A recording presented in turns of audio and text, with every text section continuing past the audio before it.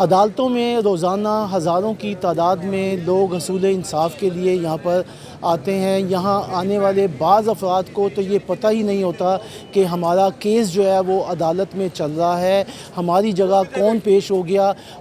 جو اوورسیز پاکستانی باہر کے ملکوں میں بیٹھے ہوئے ہیں، خاص طور پر وہ بہت متاثر ہو رہے ہیں۔ ان کو یہ نہیں پتہ ہوتا کہ ہمارا جو مکان ہے اس کے اوپر کس نے قبضہ کر لیا ہے، ہماری جگہ پہ کون پیش ہو کر ہمارا بیان جو ہے وہ ریکارڈ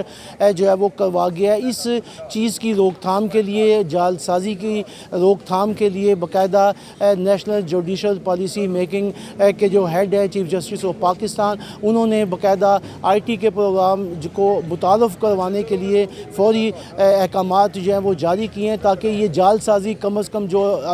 ہوتی ہے عدالتوں میں ان کو جو ہے وہ روکا جا سکے۔ 20 تاریخ کو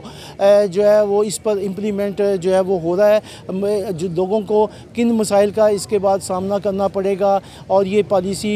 کیسے یہاں پر کس وجہ سے جو ہے وہ بنائی جا رہی ہے۔ میرے پاس یہاں پر سینئر ایڈوکیٹ سعید احمد شیخ موجود ہیں، ان سے ہم اس سوال سے بات کرتے ہیں۔ آپ یہ بتائیے گا کہ یہ جو اس وقت 20 تاریخ سے امپلیمنٹ ہو رہا ہے یہاں پہ عدالتوں میں نادرا کے حوالے سے، اور یہ کیا کس طرح جعل سازی جو ہے وہ رکے گی؟ عتیق بھائی، جو نیشنل جوڈیشل پالیسی کمیٹی ہے یہ 2002 کے آرڈیننس کے تحت کام کرتی ہے، جس کو سپریم کورٹ کے chief justice of Pakistan head کرتے ہیں، اور اس میں تمام صوبوں کے چیف جسٹس صاحبان بھی اس کی کمیٹی کے ممبر ہیں۔ فیڈرل شریعت کورٹ کے چیف جسٹس بھی اس کے کمیٹی کے ممبر ہیں۔ انہوں نے جولائی 2025 کی میٹنگ میں یہ فیصلہ کیا کہ تمام ملک کے اندر جو لٹیگیشن ہے اس کے سٹینڈرڈ کو بہتر کرنے کے لیے، لوگوں کے رائٹس کو سیو کرنے کے لیے، جو یہ آئی ٹی کی انقلاب پوری دنیا میں آیا اور ہر چیز جو آئی ٹی کی طرف جا رہی ہے، تو جو جوڈیشل سارا سسٹم ہے اس کو بھی آئی ٹی کی طرف جو جایا جا رہا ہے، اس کے اندر یہ امپرومنٹ کی جائے کہ جو مدعیان، مدعا ہے، گواہان، ضامن آ رہے ہیں، اور وہ ایسے بھی ہوتے ہیں جو اصل نہیں ہوتے، اور ان کی جہاں دستخط کر کے انگوٹھے لگا کے دوسرے بندے پیش کرتی تھی، ان کو اسکین کرنے کے لیے اس آرڈر سے معلوم یہ ہوتا ہے کہ ہائی کورٹ نے نادرا کے ساتھ جو نیشنل ڈیٹا بیس ہے اس کے ساتھ اس کو کنیکٹ کر کے ویریفیکیشن کرنی شروع کی کے لیے احکامات جاری کیے ہیں کہ 20 جنوری سے جو بھی ضامن عدالت میں پیش ہوں گے، گواہ پیش ہوں گے، جواب دعویٰ فائل کیا جائے گا،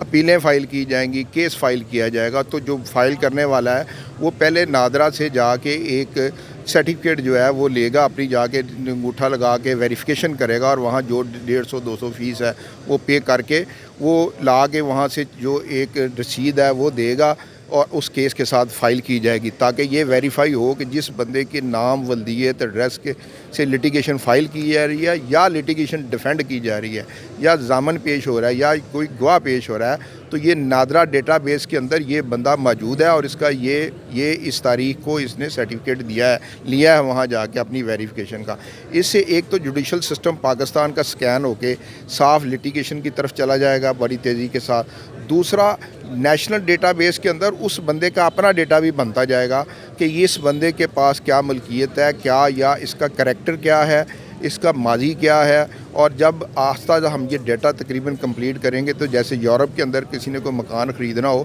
تو وہ جب وہ جا کے اپنے آئی ٹی پہ اس کا بندے کا دیکھتا ہے، تو اس کا جتنا اس نے پچھلے گھر لیے بیچے ہوتے ہیں یا جو کوئی لٹیگیشن ہوتی ہے وہ اس خریدنے والے کے سامنے آ جاتی ہے۔ اسی طرح جب یہ ڈیٹا بیس تمہاری تمام لٹیگیشن جب سکین ہو کے سامنے ہوگی، تو یہ پاکستان کا نیشنل ڈیٹا بیس ایک بہت بڑا ایک کارنامہ ہوگا جو نیشنل جوڈیشل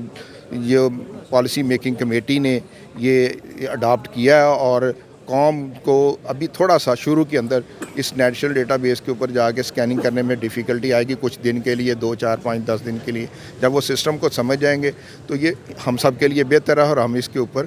اس کو بہت بڑا ایک اسٹیپ سمجھتے ہیں ٹورڈ آئی ٹی جو ملک جا رہا ہے۔ صاحب یہ بتائیں کہ یہ جو کام شروع کیا جا رہا ہے، اس میں نادرا کے کوئی آفس بنیں گے، ہائی کورٹ میں بھی بنے گا، یا یہاں نیچے متحد عدالتوں میں ہوگا؟ کیا طریقہ کار کیا ہوگا؟ ہائی کورٹ کے آرڈر سے یہ تو معلوم ہوتا ہے کہ انہوں نے کہا کہ یا ہائی کورٹ کے اندر جو نادرا ڈیٹا بیس بنا ہے وہاں سے یہ ویریفیکیشن کرا لیں، یا باہر آؤٹ سائڈ جہاں بھی کہیں ہے تو وہ جو ہے وہاں سے وہ لے کے آ جائیں۔ اس کا ایک فارم ہوگا نادرا کے اندر۔ ابھی جو PKI ID نادرا ہے اس کے اندر یہ سہولت بندے کو سیلف نہیں دی گئی، صرف نادرہ سہولت کے اندر دی گئی ہے۔ بہت سارے محکمے اس طرف چلے گئے ہیں، ایکسائز اینڈ ٹیکسیشن والے بھی چلے گئے ہیں اور دوسرے بھی لائسنسنگ والے بھی جا رہے ہیں۔ عدالتیں بھی کچھ حد تک چلو کوئی حد تک گئی ہوئی ہیں، لیکن اب وہ انہوں نے کہا کہ یہ سہولت سینٹر سے جا کے یہ ویریفیکیشن کرا کے لائیں، اور وہاں اب سینٹرز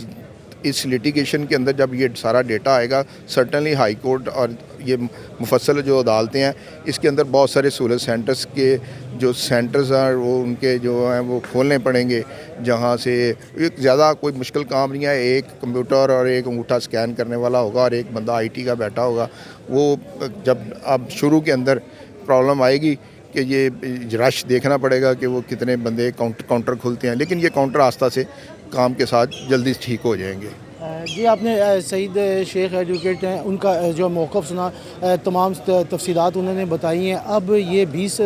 جنوری سے اس پر امپلیمنٹ جو ہے وہ ہوگا۔ اب نادرہ کا کوئی نہ کوئی آدمی جو ہے وہ یہاں پہ ایک سہولت سینٹر بنے گا جس میں وہ بیٹھے گا، اور جب بھی کوئی گواہ یا کوئی خاتون اپنا 164 کا بیان دینے آ رہی ہے یا کچھ بھی ہے تو اسے کم از کم وہاں سے تصدیق ہوگی، تاکہ وہاں سے جب وہ انگوٹھا لگائیں گے تو یہ معلوم ہوگا کہ یہ واقعی وہی